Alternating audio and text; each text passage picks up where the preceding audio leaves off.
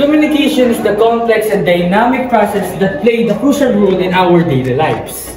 So today, we're exploring the two types of model that shed light on the nature of human communication.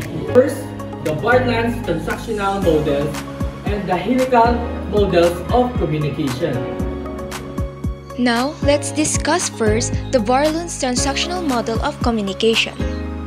Transactional model was developed in 1960s by communication theorists Barnlunds and Watts-Lowick.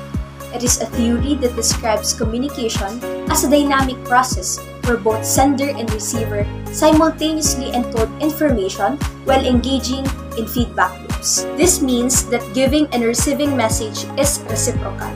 Both communicators are responsible for the effect and effectiveness of the communication. According to the model of communication, involves four key elements: the communicator, their communication skill, the context, and lastly, the message itself. In this model, communicators are viewed as individuals who bring their unique background, experiences, and perspective on the communication process. Additionally, communicators have the ability to initiate conversation in a certain group or a certain person. Communication skill is the ability to make the conversation very well. Includes the verbal and nonverbal communication and also the listening skill. And additionally, it's involved the ability to interpret and to respond to feedback. The next one is context. Context refers to physical, social, and cultural environment in which communication occurs. Context also can affect how message perceived and interpreted. Lastly, the message itself. Message itself is contained coding, encoding, and also feedback.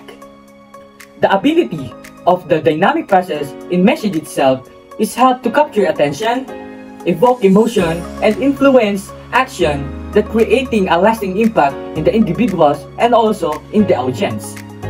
This is the clear image how Barnlund's transactional model works. It is stated in the transactional model of communication suggested by Barnlund that messages are exchanged and received reciprocally. This implies that the impact and effectiveness of the communication are a shared responsibility of the communicators, which is the sender and the recipient. The transactional model of communication describes communication as a process in which communicators generate a social realities within social, relational, and cultural context. Let me show you an example. Can you tell me about your experience in project management? In my previous role, I led an effective communication between my team members, which requires an instant feedback loops. So, you think communications will help the success of the project? Of course, absolutely. It wasn't just me conveying instructions to them. It was a constant exchange. I have to be receptive to their inputs. In our example, the interviewee communicates in order to build relationships as well as to convey messages. The interviewee demonstrates the principle of Barnlund's transactional model by emphasizing the dynamic and mutual nature of communication. It goes beyond a one-way flow of information and involves active participation from both parties. Now let's proceed on the last transactional model, the Dance Helical model of communication. Dance Helical model of communication. In 1967, Frank Dance has proposed the communication model called Dance Helix model for a better communication process. So, who is Frank Dance?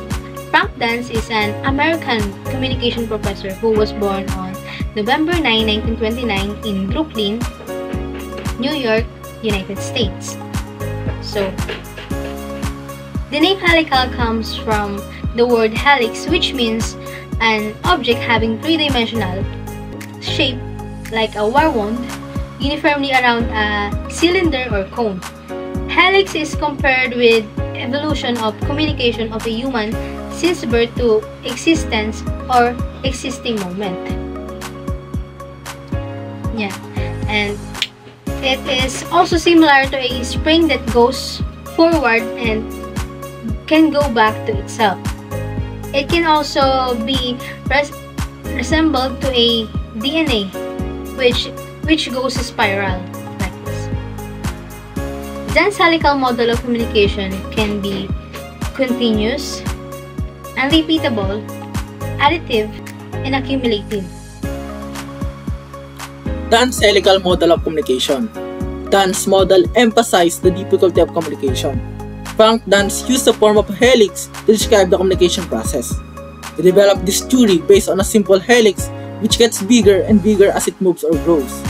The main characteristic of a helical model of communication is that it is evolutionary, meaning to say that the Dan's helical model of communication highlights the ongoing challenge we face in communication as time passes. This challenge reflects how communication interactions keep changing and evolving. Instead of being straightforward, communication is more like a continuous cycle of interaction and understanding among people or groups. Over time, communication grows and adjusts based on feedback, context, and what we learn from past interactions. This constant change brings difficulties like misunderstanding, different viewpoints, and the needs to keep adjusting to get messages across and understand each other better. Danz compares communication to a helix, which is like a swirling or spiral cone shape. A helix starts from small and widens as communication progresses. It shows how people interact and communicate, changing and growing as time moves on.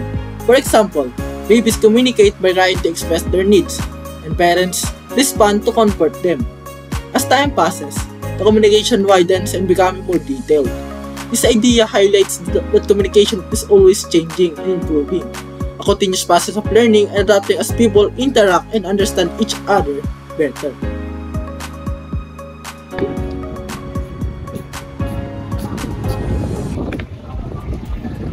Joanna, Hey! remember when we first met in high school? Oh, those were the days. We've come a long way since then. It's interesting how our conversation have evolved over the years.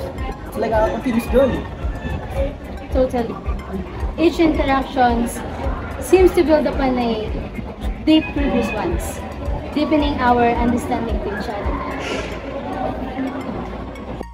Let's analyze our example. The friends embody the helical model of communication, recognizing the ongoing and evolving nature of their relationship. Each conversation contributes to the development of their friendship, creating a spiral effect where they continually learn and grow together. To summarize, both Barnlund's transactional model and the helical model of communication provide useful insights into the nature of communication. These models remind us that good communication requires active participation and mutual understanding in dealing with the ever-changing dynamics between people.